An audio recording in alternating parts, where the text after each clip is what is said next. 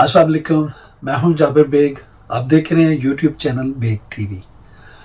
नाज़रीन, आज एक मरतबा फिर कुछ दोस्तों की दोबारा से फरमाइश के बाद एक लाइट सा छोटा सा वीलॉग करूंगा। वो भी कुछ नई पॉलिसीज़ आई हैं एक नए कंट्री के हवाले से, उसके हवाले से करूंगा। इससे कबल मैंने गलबन 2 वीक पहले एक वीलॉग किया था जो कि यूके की इमिग्रेशन के हवाले से था। उसमें भी मैंने बड़ा लाइट सा बताया था, इतना डिटेल मैंने नहीं बताया था, लेकिन जो चीज़ें बताई थी वो इतनी काफ़ी थी कि आप ख़ुद से अप्लाई कर सकते हो और आप ख़ुद से ही वो सारी इन्फॉर्मेशन, मज़ीद ज़्यादा उसकी इन्फॉर्मेशन आप इकट्ठी कर सकते थे। मैं उसका लिंक भी इसमें दे दूँगा, आप उसको ज़रूर देख लीजिएगा। आज जो है वो कंट्री आयरलैंड है। आयरलैंड यूके के बिल्कुल बिल्कुल साथ है। किसी ज़माने में ये इसका ही पार्ट हुआ करता था, लेकिन अब वो सेपरेट है। तो आयरलैंड जो है वो एक छोटा सा मुल्क है, एक छोटा सा कंट्री है। वो उन्होंने एक स्कीम स्टार्ट की है जिसको बोलते हैं कि आइसलैंड सेटलमेंट स्कीम 2023। ये वो स्कीम है। इससे कबल के मैं आपको ये बताऊं, मैं उससे कबल एक बात बड़ी इंपॉर्टेंट, बड़ी ज़रूरी है, वो बताना चाहता हूं। मैंने पिछले वीलॉग में भी कहा था कि मैं किसी भी कंट्री के हवाले से अगर बात करूं, या इमिग्रेशन के हवाले से या वीज़े के हवाले से, तो मैं बिल्कुल भी किसी भी ज़ाती तौर पर किसी भी बंदे को, एजेंट को रिकमेंड नहीं कर सकता, या किसी भी कंसल्टेंट को मैं रिकमेंड नहीं कर सकता कि आप फलां के पास जाएं या उससे रब्ता करें। तो मैं किसी रब्ते सबके साथ मेरे ताल्लुकात बहुत सारे लोगों के साथ हैं, बहुत सारे सॉलिसिटर्स हैं जो कर रहे हैं, लेकिन मैं कतई तौर पे भी किसी को किसी का भी रेफरेंस नहीं दे सकता, क्योंकि बहुत सारे मामलात जो है वो उलझ जाते हैं, मामलात ख़राब हो जाते हैं, पैसे का मसला होता है। तो मैं ऐसे मामलात से अपने आप को बहुत दूर रखता हूँ। तो इसलिए मेरी हम्बल सी रिक्वेस्ट है कि जिस हवाले से भी मैं बात करूँ, ये भी कुछ दोस्त जब मुझे बहुत ज़्यादा इनबॉक्स मैसेजेस वगैरह करना शुरू कर देते हैं, कुछ लोग, बहुत सारे लोगों के पास मेरे दोनों व्हाट्सएप नंबर्स हैं, तो वो उस पर मैसेजेस करते रहते हैं। मैं जितना भी अवॉइड करूं, फिर भी मुझे कहीं ना कहीं बहुत सारे ऐसे करीबी होते हैं जिनको रिप्लाई करना पड़ता है। तो ये रिक्वेस्ट है कि जो भी बात बताऊं उसको खुद से सर्च करें।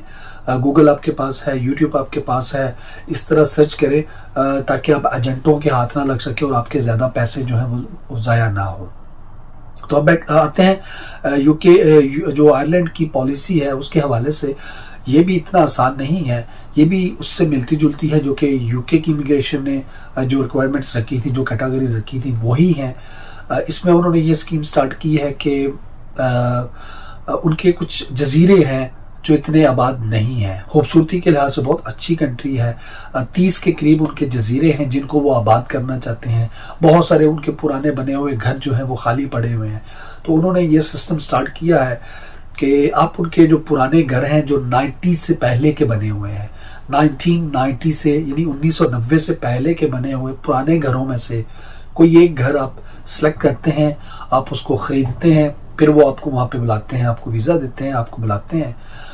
उसके बाद फिर वो आपको, गवर्नमेंट आपको अपनी तरफ से पैसे देती है उस घर को रिन्यू करने के लिए, उस घर को दोबारा से अच्छी कंडीशन में बनाने के लिए। वो तकरीबन 80,000 यूरो से लेके तकरीबन 1 लाख या 1.5 लाख यूरो के करीब वो आपको देते हैं ताकि आप उस घर के ऊपर लगाएं, उस घर को दोबारा से अच्छा खूबसूरत बनाएं। इस तरह वो बहुत सारे लोगों को वो वहाँ पे ला रहे हैं और उन इलाकों को आबाद कर रहे हैं जो इलाके बिल्कुल वीरान पड़े हुए हैं, जो घर कई सालों से खाली पड़े हुए हैं। तो एक तो ये तरीका है कि आपको पैसे इन्वेस्ट करने पड़ते हैं, बगैर पैसे इन्वेस्ट किए आप कहीं भी नहीं जा सकते। तो ये एक तरीका है। दूसरा वो है कि वर्क परमिट, जो वर्क वीज़ाज हैं, वो भी वही कैटेगरीज हैं, जैसे डॉक्टर्स हैं, इंजीनियर्स हैं, नर्सेस के बहुत सारे वीज़े हैं। कंस्ट्रक्शन में लेबर की बहुत ज़्यादा ज़रूरत है, रोड वर्क बहुत ज़्यादा वो करवा रहे हैं। उसके अलावा मसाज सेंटर बहुत ज़्यादा उन्होंने खोल रखे हैं। उसके हवाले से अगर किसी के पास कोई एक्सपीरियंस है तो वो बहुत ज़्यादा वहाँ पे चल रहा है। फीमेल्स के वो जो नेल्स का कुछ आर्ट वर्क होता है, नेल का बहुत ज़्यादा वहाँ पे है। उस हवाले से भी बहुत सारे वीज़ेस हैं। तो टीचर्स के हैं, प्रोफेसर्स के हैं, जितने भी इस तरह के ऑलमोस्ट हर कंट्री में इनकी ज़रूरत होती है। तो इस तरह की कैटेगरीज में उनको लोगों की ज़रूरत है।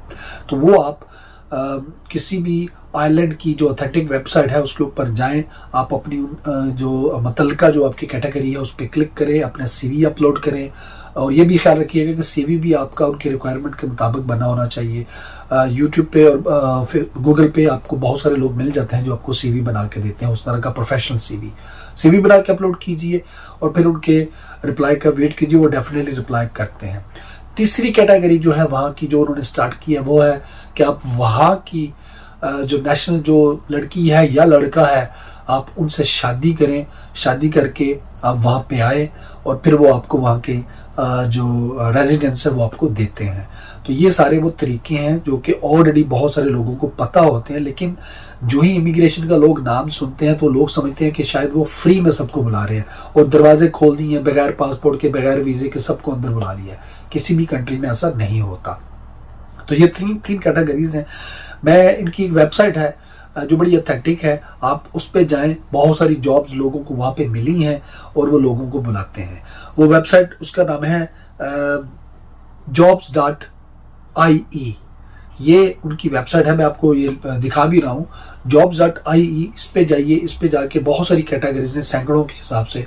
अपनी कैटेगरी को सिलेक्ट कीजिए, उस पर एप्लीकेशन लिखिए, अपनी जो आपका एक्सपीरियंस है उस पर उसको डिस्क्रिप्शन में वो लिखिए और अपनी जो आपकी सीवी है उसको अपलोड करिए। उसके बाद वो आपको उसके मुताबिक वो आपको वीज़ा देंगे। तो इसी तरह जो दूसरी कंट्रीज हैं उनमें भी बहुत सारे अभी शेंजन वीज़ा का शुरू हुआ है, स्पेन में वीज़े खुले हैं उस पर आप अप्लाई कर सकते हैं, टर्की में है, यूएसए में स्टूडेंट वीज़ा खुला है वो अप्लाई करें, ब्राज़ील में बहुत से अभी उन्होंने खोला है उस पर आप अप्लाई कर सकते हैं वर्क परमिट के लिए, विज़िट के लिए। तो ये दीगर सारी कंट्रीज़ हैं, आप इनमें भी सर्च कर सकते हैं और इनमें भी आप अपना डायरेक्ट जाके गूगल पे सर्च करें और उनकी जो डायरेक्ट वेबसाइट है आप उन पे जाके अप्लाई कीजिए। तो इस मैं फिर दोबारा से कहूँगा कि किसी भी एजेंट को कैश पैसे ना दीजिएगा, डायरेक्ट पैसे ना दीजिएगा जब तक कि आपके पास पूरी इन्फॉर्मेशन आपको नहीं मिल जाती। तो मैं पिछले वीडियो का लिंक आपको इसमें दे दूंगा और आप उस पर सर्च कीजिए और अपनी किस्मत को ज़रूर आजमाइए। जो कि पाकिस्तान के हालात बहुत ख़राब हैं तो बाहर निकलना चाहिए, लेकिन जहन को इस्तेमाल कीजिए, सोच समझ के अपना वीज़ा अप्लाई कीजिए। इजाज़त दीजिए, अल्लाह हाफ़िज़।